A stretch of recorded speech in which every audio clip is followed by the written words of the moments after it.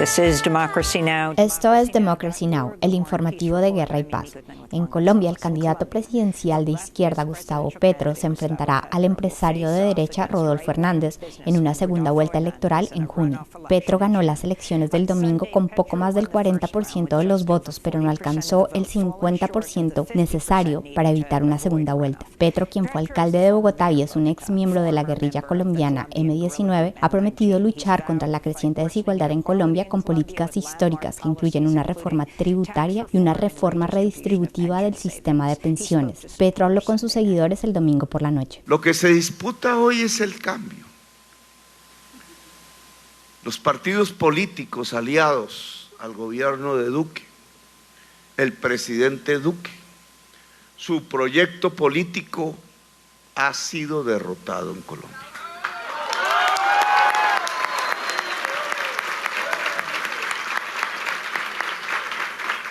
Yo creo que la votación total de Colombia lo que lanza es ese mensaje central al mundo: se acaba un periodo, se acaba una era. El domingo por la mañana, Gustavo Petro habló con la prensa después de emitir su voto. Bueno, ya venimos a nuestro ejercicio al voto. Confío en la sociedad colombiana, en su voluntad de cambio.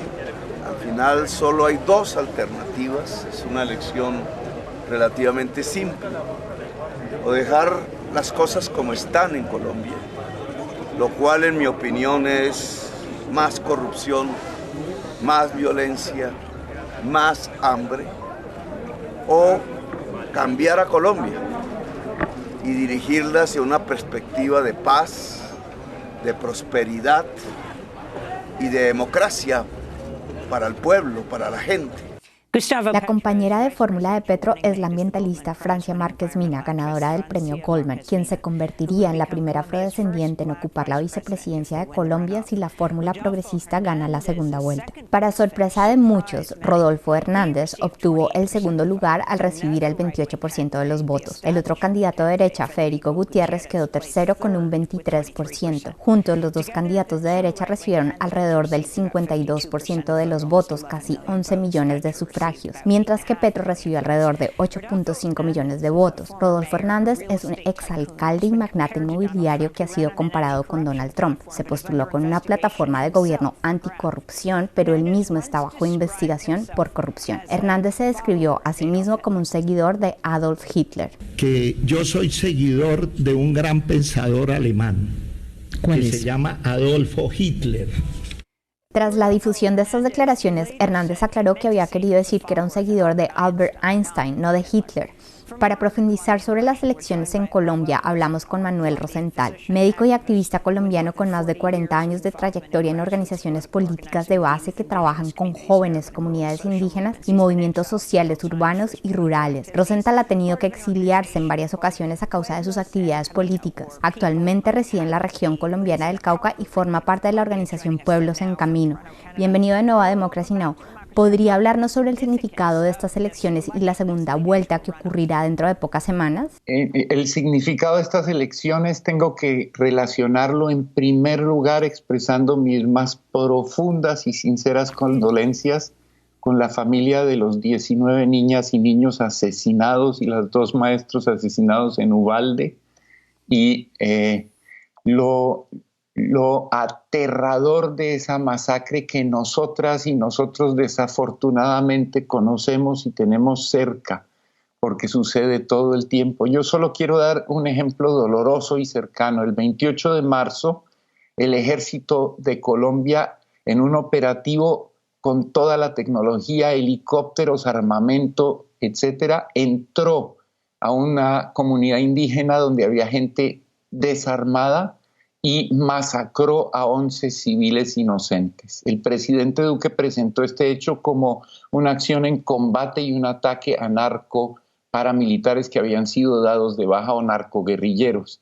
En realidad, como ha sido demostrado por todos los medios, fue un ataque cobarde y asesino, una masacre. En este año, en Colombia, ya van 70 masacres. Es un país sometido a este terror y este dolor luego lo entendemos y lo rechazamos tal como lo está rechazando la gente en Estados Unidos. Ya basta, es un país sometido a la masacre. Pero lo aterrador de esto es que en pleno proceso electoral, el presidente Biden le dio el apoyo al presidente Duque de Colombia 2 días antes del referendo para elegir los candidatos presidenciales.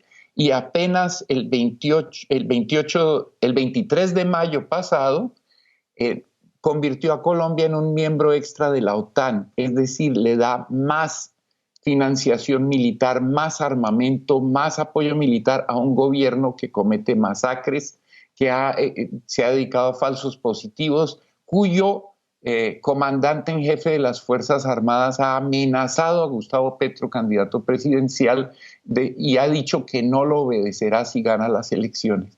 Y Biden no solo apoyó eso, sino que el levantamiento popular pacífico del año pasado, 2001, que fue brutalmente reprimido por la policía, asesinando, desapareciendo y maltratando gente, Biden le regaló 3 bases militares a la policía con recursos del pueblo de los Estados Unidos. Entonces, estas elecciones son respecto de eso, son una grieta en la pared o la posibilidad de una grieta en la pared para derribar, para cambiar este sistema. Es una continuación del levantamiento popular del 2019 y 2021 en el que la gente quiere acabar con un establecimiento, con un Estado putrefacto. Y entonces ese camino electoral con Francia Márquez y Petro le da la ilusión, la esperanza a la gente de que esto pueda cambiar.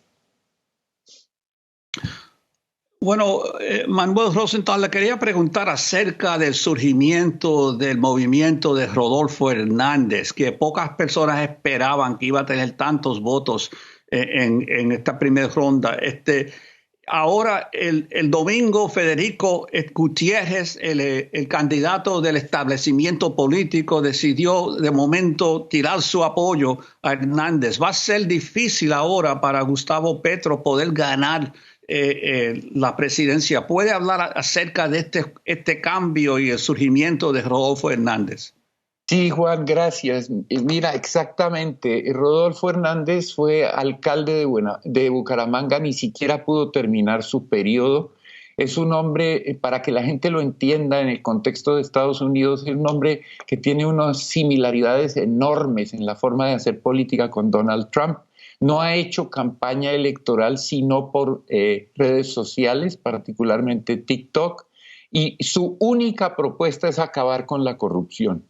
Rodolfo Hernández grita, hace escándalos mediáticos y eso es todo, es un total desconocido. Además de ser misógino y gritar que las mujeres tienen que quedarse en la casa, además de ser un admirador de Adolfo Hitler, está directamente vinculado a un caso grave, gravísimo de corrupción, que es por lo que hace campaña electoral y va a ser juzgado en estos días. O sea, es un total desconocido, pero hay que explicar un poquito por qué la gente votó por él. En gran medida votó por él porque es un antiestablecimiento. Lo electoral es un mercado. Desafortunadamente, la conciencia política de la mayoría de la gente, no solo en Colombia, ha sido reducida a la fuerza a participar en elecciones y no más, porque no hay más espacios, porque no hay más experiencia, porque construir agendas desde los pueblos ha sido negado, es difícil. Entonces se escoge entre las promesas de campaña. Y la promesa de campaña de Rodolfo Hernández es fácil de entender: no a la corrupción, no más corrupción, y la gente está harta de la corrupción en Colombia, que es un establecimiento mafioso, ladrón, narcoterrorista. Y esto no es un ataque, es una descripción. Entonces, el contexto en el que estamos ahora es que Rodolfo Hernández recibe el 28% de los votos y Federico Gutiérrez, quien era el candidato de Álvaro Uribe Vélez y del partido de gobierno, vinculado al narcotráfico y al paramilitarismo y exalcalde de Medellín, él tiene el 23% y queda fuera de la contienda electoral. El propio Federico Gutiérrez había denunciado a Rodolfo Hernández por tener vínculos con la corrupción y lo había hecho en un debate de candidatos. En el momento en el que termina esta ronda el domingo y Federico Gutiérrez ya no es el candidato, anuncia que va a votar por Rodolfo Hernández por el bien de Colombia, lo cual señala la estrategia que nos tiene aterrados a todas y todos en Colombia, y es que sumando los votos de Federico Gutiérrez y de Rodolfo Hernández tendrían 11 millones de votos y Petro 8,5 millones de votos, y Hernández se convertiría en el próximo presidente de Colombia. La única esperanza que hay es que en estas 3 semanas entre la primera y la segunda vuelta, la mayoría de la gente y sobre todo las mujeres en Colombia se movilicen y entiendan que es un mentiroso, que es peligroso, que no sabe de lo que habla y que además es un misógino. Pero ese es el contexto actual. Y usted mencionó a Álvaro Uribe, el expresidente, vinculados por décadas con los paramilitares. ¿Qué ha sido el papel de Uribe en estas elecciones? El papel de Uribe en estas elecciones es el que ha tenido en los últimos 30 años. Uribe Vélez lleva 30 años siendo el capo de la mafia, el matarife, como muy bien lo ha expuesto con toda una investigación rigurosa Daniel Mendoza en una serie que se ha visto por YouTube y demás. Álvaro Uribe Vélez es está vinculado al narcotráfico, a la corrupción, a los paramilitares, ha convertido al ejército en una corporación narco asesina.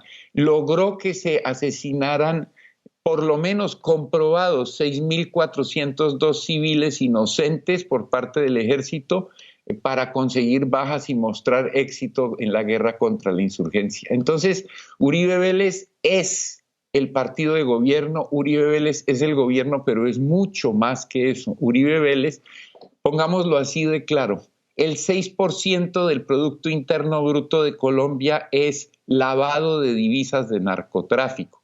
El 92% de la cocaína de Colombia se produce en el mundo, se produce en Colombia.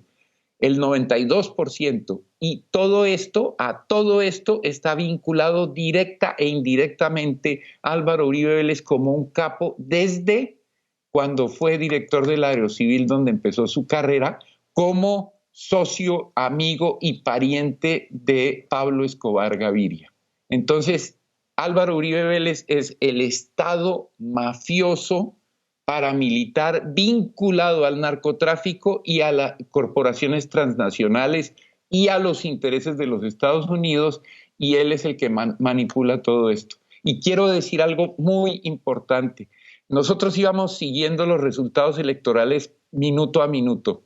Alrededor de las 5 de la tarde, una hora después de que se cerraran los puestos electorales, Petro quedó paralizado alrededor del 41%, faltando el 40% de las mesas por contarse.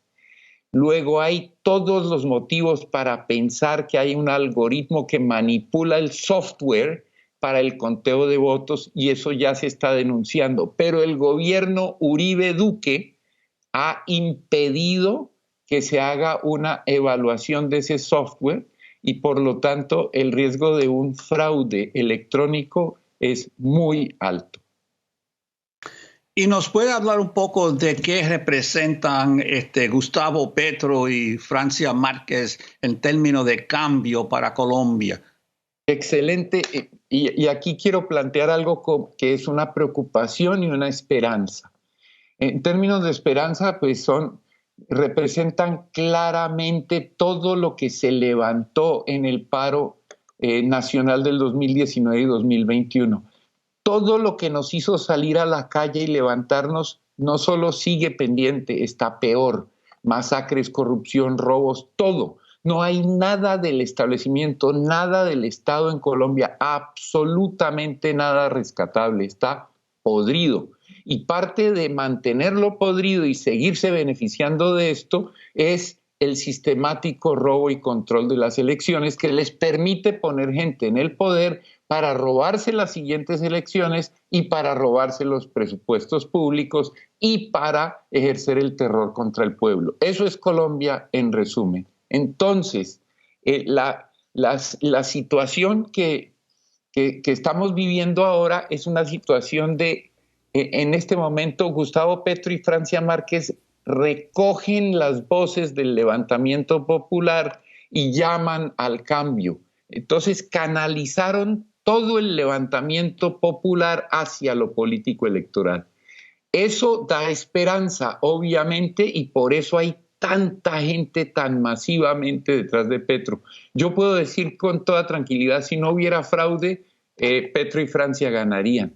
Pero al mismo tiempo representan algo que es un riesgo, y es que en el contexto electoral hay que prometer cambiarlo todo, y entonces acabar el racismo, acabar la injusticia social, acabar con el narcotráfico por la vía de la negociación, acabar con la discriminación contra las mujeres por la vía institucional y desde el gobierno. Eso es lo que están prometiendo y eso es lo que la gente está esperando de Petro y Francia. Y no lo pueden hacer. Todas y todos sabemos que es un proceso y que, como se gritó en las calles de Colombia, de Perú, de Chile, de Ecuador, solo el pueblo cambia al pueblo. Y la única manera en que estos cambios se puedan dar no es desde un gobierno y con políticas de arriba, sino con la participación abierta y las agendas de y desde los pueblos. Si triunfo electoral, ojalá se dé, de Petro y Francia, nos ayuda a fortalecer los procesos populares y a que la política no se quede en el Estado, va a haber cambios. Si no, va a haber, como en el resto de los gobiernos progresistas, una profunda y dolorosa decepción y desilusión que nos puede llevar a una catástrofe peor. Manuel Rosenthal, usted ha explicado que no es tan simple como decir los votos de Gutiérrez y de Hernández suman más que los de Petro. Petro ganó por una mayoría considerable la primera vuelta y el voto por Hernández puede considerarse antisistema. Pero ahora la élite política, el sistema, va a apoyar de manera muy fuerte a Hernández, al que se considera el Trump colombiano.